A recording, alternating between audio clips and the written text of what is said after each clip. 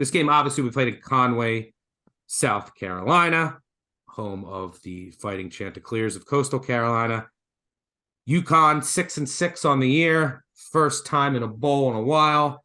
They were one of my motivation monsters. I was pretty much going to play them as long as the number wasn't wildly out of whack, no matter what. I played UConn plus 10.5, would play them at 10.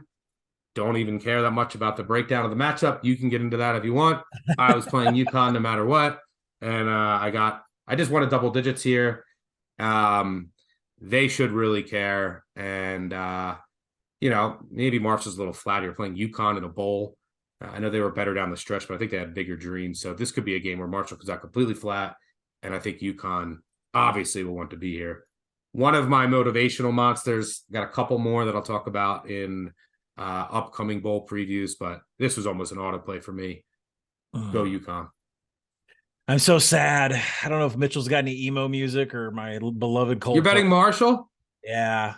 Oh my God. I hate it. Because listen, there's a lot of teams I wanted UConn to play in the postseason, and Marshall just wasn't one of them. Because UConn is such a heavy rush team, 66% of their snaps going to the ground. Victor Rosa, quarterback Zion Turner, who's not a thrower. He can run, though. But that plays right into Marshall's hands. The Herd is second in defensive finishing drives, third against the rush, 12th in havoc. It's just a suffocating G5 defense. And they have a better strength of record and they have a better strength of schedule. So can't argue with what they're bringing to the table here.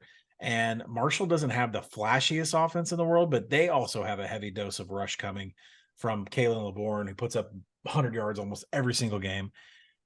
The numbers are really good for him. He's had 57 missed tackles, 37 runs of 10 plus. That he's got almost 3 yards after contact. That's going to be rough for this UConn defense that has struggled against the run, 118th in defensive success rate. It's just not good. Outside the top 100 stuff rate. And, I think the numbers should be more like 13. So I would buy the 10.5. I get it. I get the motivational angle. Maybe Marshall shows up and they don't want to play. But you break it down from everything, offense, defense. This was a bad defense for UConn to be going up against. And, good luck to him. But Marshall ended the season 5th in tackling.